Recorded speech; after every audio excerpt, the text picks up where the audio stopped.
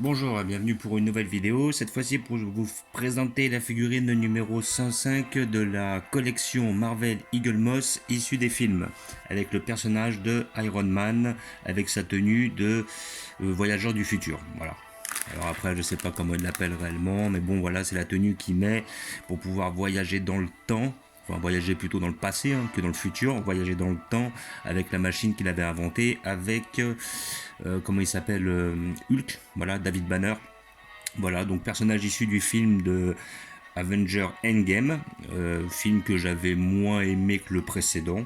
Voilà, j'avais préféré le Infinity War, mais le Endgame était pas mal. Pour moi, il y avait certains points qui étaient bâclés. Je trouvais que la bataille de la fin donnait bien, mais elle était trop courte. Elle laissait pas assez entrevoir chaque personnage. Donc je trouvais ça assez dommage. Mais sinon, dans l'ensemble, bon, ça restait correct, quoi. Voilà. Donc là, vous avez la figurine d'Iron Man qui est sortie cette semaine. Comme je vous l'avais déjà dit sur une précédente vidéo, les figurines sortiront une fois par semaine jusqu'au numéro 107, je crois. Et comment dire, au lieu de 2 semaines. Voilà. Donc toujours pour le même prix, 16,99 €. En principe, elles vont augmenter à partir du 107 ou du 108 à la somme de 17,99 €. Voilà, 18 €. C'est-à-dire qu'il aura pris 2 € depuis le début de son lancement. Voilà, donc après, c'est vrai que 2 € c'est quand même 2 €, ça reste quand même presque pas loin de 10% du prix. À côté de ça, bon bah ils ont intérêt à s'appliquer de façon à ce que ça vaille le coup. Bon, sinon, la figurine a l'air d'être quand même assez bien faite. Voilà. Ce que je vois, c'est qu'il n'y a pas l'air d'y avoir trop de beauté sur cette figurine. Suis-je chanceux? Je ne sais pas. Mais en tout cas, elle a l'air d'être pas mal. Et puis, j'ai pris celle-là car je voulais toutes les armures d'Iron Man. Donc celle-là, je la considère comme étant une armure d'Iron Man, évidemment. Voilà, donc parce qu'il a le casque, il a sa petite tenue. Je sais que dans la même collection, ils vont sortir, enfin dans la même collection, dans le même style, ils vont sortir le Ant-Man. Donc le Ant-Man, il aura son casque et la même tenue. Donc il est possible que je le prenne. Je verrai. Ça dépendra des humeurs, ça dépendra des sorties, ça dépendra de beaucoup de choses. Donc avec cet achat, comme d'habitude, vous avez le petit fascicule qui vous explique le personnage. Pour le personnage, on commence par le connaître, avec au moins, je sais pas, c'est peut-être 4/5e Iron Man qui sortent différemment. Voilà, donc toujours Iron Man Costume Team. Voilà, c'est comme ça qu'il l'appelle. Voilà, après on voit la première apparition. Voilà, entre le Docteur Fatalis et Iron Man dans le Marvel Comics de numéro 150 de 1981. Voilà, une petite anecdote, une petite anthologie. Voilà, donc là on va avoir un petit peu d'explication sur Robert Downey Jr. Voilà, parce que c'est vrai que c'est comment dire, le film. Bon, après je vais spoiler, je suis désolé. Je suppose que la plupart des gens l'ont vu, mais Iron Man va mourir à la fin une fois qu'il aura utilisé le gant de l'infini. Donc c'est la dernière de Robert Downey Jr. à travers cette licence. Voilà, c'est dommage. Bah, c'est dommage, voilà. Bon, c'est bien, ils vont mettre sans doute un autre Stark, ou peut-être pas un autre Stark, mais un autre Iron Man qui va jouer le rôle. Ouais, moi j'étais vraiment attaché à ce personnage. Je trouvais vraiment que le rôle lui allait comme un gant. Et bon, c'est vrai qu'après l'avoir suivi à travers toute la licence, que ce soit le Iron Man 1, 2, 3, les Avengers, voilà, donc ça va être difficile de trouver un autre perso qui va pouvoir remplacer notre ami Robert Downey Jr. Voilà, il est devenu le meilleur d'entre nous. Nanana. Voilà, donc là on voit la bataille épique de la fin, là, où effectivement cette bataille était vraiment bien faite. Elle était vraiment voilà, dantesque, elle était énorme. Par contre, ouais, je trouvais qu'individuellement, chaque personnage était très peu traité, ce qui est normal aussi. Et finalement, bah, on restait un peu sur notre faim. Mais bon, dans l'ensemble, c'était pas trop mal. Là, on a une petite image du Captain America. Il sortira un Captain America, je pense que ça doit être le mois prochain, milieu du mois prochain, avec le marteau de Thor. Celle-là, je verrai si je la prends, parce que des Captain America, j'en ai déjà pas mal. Il faut avouer que d'un à l'autre, ils ne changent pas énormément. Par rapport à tous les Thors, effectivement, les Thors changent au fur et à mesure, parce que les 4 Thors qu'ils ont sortis sont quand même bien distincts. Il y avait un Thor, le Thor de base, celui des premiers films. Après, ils avaient fait le Thor qui était dans le Ragnarok, c'est-à-dire quand il affronte le Hulk dans l'arène. Et après, ils avaient fait le Thor dans le Infinity War, qui était quand même différent, c'est-à-dire cheveux courts, et surtout, il avait pu Mjolnir, il avait Stormbreaker. Voilà, donc après des petites anecdotes sur le film. Et après, la prochaine figurine qui sortira donc la semaine prochaine, comme je vous ai dit, ça sort toutes les semaines maintenant, et jusqu'au numéro 107. Et là, vous avez le personnage de Thor que je prendrai évidemment parce que ce personnage-là me plaît bien, quoi. Surtout qu'on le voit avec Mjolnir dans une main et Stormbreaker de l'autre. Donc je trouve qu'il a du style. Et puis voilà, bon, j'avais eu un peu du mal avec le personnage de Thor en gros à travers le film. Bah, quand il était en bilan civil, il était pas terrible, mais par contre, quand il était avec son armure, je trouvais quand même, je le trouvais pas mal. Je trouvais qu'il avait un bon style et je trouvais qu'il se rapprochait peut-être plus du Thor sur l'idée qu'on s'en fait en général.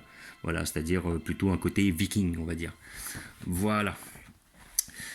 Comme d'habitude, vous trouvez ça chez votre marchand de journaux. Si vous ne l'avez pas chez votre marchand de journaux, n'hésitez pas à la commander sur le site. Vous pouvez la commander.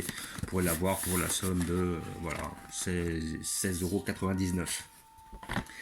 Comme d'habitude, vous avez la petite carte. Voilà, 1136, Avenger Endgame, Iron Man Team Suite, qui atteste de l'authenticité de votre figurine. Voilà, donc toujours muni d'un petit couteau, si vous coupez les scotch, évitez de vous embarrasser. Voilà. Et celle-là a l'air d'être quand même pas mal. Franchement, elle a l'air d'être propre, hein, sérieux. C'est du pas mal. Alors là, est-ce qu'on la voit bien? Ouais. Donc là, on la voit bien, on l'a de près. Franchement, elle est belle, elle est propre. Il n'y a pas trop de défauts de peinture, il y a pas mal de détails. Il y a des jeux de couleurs et tout. Donc bon, ça déborde un peu au niveau du... Si vous le voyez là, au niveau du rouge, là, ça déborde un peu là. C'est un peu grossier, c'est un peu dommage. Après, le petit A de Avengers est très bien fait. Il est bien réalisé, celui-là. Alors, est-ce qu'il est gravé dedans? Je ne sais pas, mais en tout cas, il est bien fait. Voilà, donc on voit quand même que bon, c'est pas très régulier au niveau des peintures là, hein. Voilà, ça déborde un peu, on sent que c'est un peu brouillon. Voilà, c'est un peu dommage. Mais bon, après, bon, je m'attendais pas à quelque chose d'exceptionnel non plus. Dans l'ensemble, il y a quand même pas mal de nuances de couleurs, il y a pas mal de détails à travers le dégusement. Donc voilà, là après on peut voir même au niveau de la main là. Je sais pas si vous le voyez, mais bon, c'est un peu peint grossièrement au niveau du blanc. Voilà, hein, c'est un peu peint à l'arrache. Voilà, alors est-ce qu'ils ont des pinceaux trop gros chez Eagle Moss? Je sais pas. Hein, peut-être que s'ils prenaient des pinceaux plus fins, ils pourraient faire plus de détails. Voilà. Donc après, hop, sur les jambes, c'est pas trop mal fait. Voilà. Donc ouais, c'est pas mal. Dans l'ensemble, c'est pas mal. Après, ouais, le sculpte est très bien. La figurine donne bien. Par contre, c'est vrai que sur les peintures, il pourrait s'appliquer un peu plus là. Parce que là, franchement, ça fait un peu caca sur certaines choses. Là, en plus, ce que je peux être amené à voir, c'est que là, il y a une belle jointure là, à ce niveau-là. Là, au niveau de la... Alors, je sais pas si vous allez le voir, peut-être là. Voilà. En fait, on la voit peut-être un peu moins, mais là, il y a une jointure. On voit que le bras il ressort un peu. Donc, on sait que. Enfin, il y a possibilité que le moule n'ait pas été fait en une seule fois. Donc, on voit que ça ressort un peu. De devant, ça se voit pas. Mais de derrière, ça se voit. C'est ça qui est dommage. Bon, après, c'est pas grave. Voilà. Après, dans l'ensemble, ça va, quoi. C'est bon, comme j'ai dit, il y a du détail. Il y a pas mal de jeux de couleurs par rapport à la peinture. Mais bon, on voit qu'il déborde un peu. Là, le rouge, il déborde sur le blanc. Là, le blanc, il déborde sur le gris. Le gris, il déborde sur le gris foncé. Ouais, là, on voit aussi que ça déborde au niveau du bras. Donc après, c'est vrai que de loin, elle est belle. Mais de près, si vous êtes perfectionniste, c'est pas trop le truc. Donc après, comme on disait, hein, c'est des figurines à 16 €. Donc on va pas attendre des choses extrêmement bien réalisées non plus, hein. Voilà, on n'a pas les mêmes exigences que sur une figurine à 200 balles. Évidemment, 200 balles, 300 balles, 400 balles, on veut une perfection. Là où quand il y a un détail qui est mal fait, effectivement, là, on pète plus ou moins les plombs, hein. Ça, on sort de nos goûts. C'est déjà arrivé, j'avais déjà pris une figurine. Bon, la figurine la plus chère que j'ai prise, j'ai payé 180. J'ai vu qu'elle était mal faite. Je me suis embrouillé avec le vendeur et j'ai pu en choisir une autre. Là, c'est normal, à 180 €, je laisse pas passer, hein. 180 €. Par contre, une figurine à 15, 20 €, bon bah tant pis s'il y a des défauts, quoi. Pour une fois qu'elle est dans la vitrine, ça se voit beaucoup moins. Voilà. Donc dans l'ensemble, je suis assez satisfait. Voilà, elle est belle. Voilà. Voilà, j'ai remarqué déjà que depuis un petit temps quand même, je sais pas, je peux pas estimer dans le temps, mais à peu près peut-être depuis une année ou deux, parce que c'est quand même une collection qui sort depuis début 2016, soit 4 ans et demi. Voilà, peut-être depuis un an ou deux, on sent quand même que il y a un peu moins de rigueur ou de régularité, moins d'assiduité dans ce qui est ce genre de détails comme la peinture. C'est un peu dommage. Mais bon, voilà. Après, comme je disais, là, de toute façon, après, toutes celles qui vont sortir sur Endgame, ou la plupart sur Endgame et sur, comme ça s'appelle, Captain Marvel, je vais sans doute les prendre. Et puis après, bon, on va voir, à mon avis, soit ils vont rater la collection, soit après ils vont repartir sur des choses que je vais pas forcément regarder. Donc, nous verrons bien la suite. Donc, je fais un dernier visuel sur la figurine, qu'on la voit bien. Voilà, vous voyez.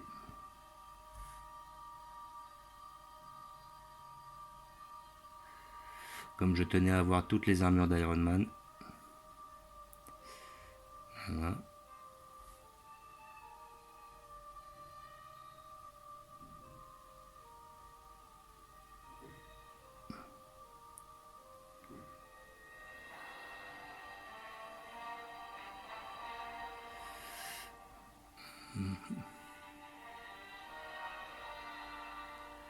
Voilà, donc comme d'habitude, j'ai prévu une petite place à cet effet pour la placer. Je sais pas si vous voyez derrière, mais j'ai changé un peu la disposition. J'ai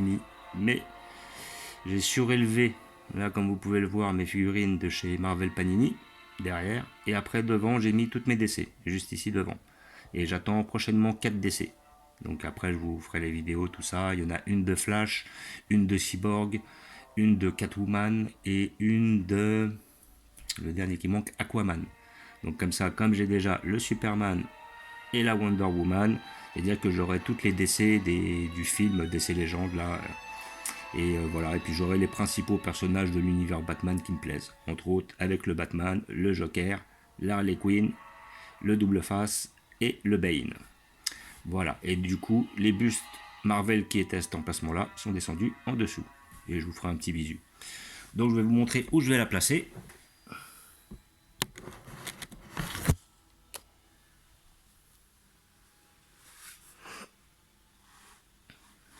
Voilà, j'ai prévu une petite place comme d'habitude à cet effet. Elle sera à côté de mon Iron Man. En plus, ils ont des poses qui se complètent plus ou moins.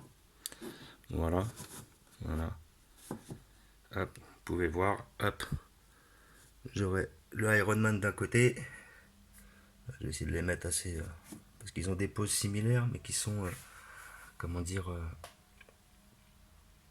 voilà. Donc après, essayer de les mettre bien. Hop, hop. Voilà, comme ça ils sont face à face. Comme ça le fait. La main de chaque côté. Nickel. Une petite armure en plus dans ma petite collection Iron Man. Avec tous les Iron Patriot, l'Iron Man, les War Machine qui sont sortis, sauf certains hors série que j'ai pas encore eu. Voilà. Donc j'espère que je pourrai avoir un de ces quatre. Comme d'habitude, sur le site, ils en font très peu. Donc je vais être obligé d'attendre, d'essayer qu'ils les refont, attendre qu'ils les refassent, quoi. S'ils en font très peu, il m'en manque 3 déjà. Donc jamais les avoir. Donc déjà j'avais pu avoir celle-là qui était une hors série. J'ai pu avoir celle-là et celle derrière qui sont 2 hors série. Et après toutes les autres sont sorties dans la collection normale. Et j'ai pu les avoir. Et là vous avez tous mes hors série, l'ordre noir et toutes les armures d'Iron Man. Donc là on voit un peu de plus près.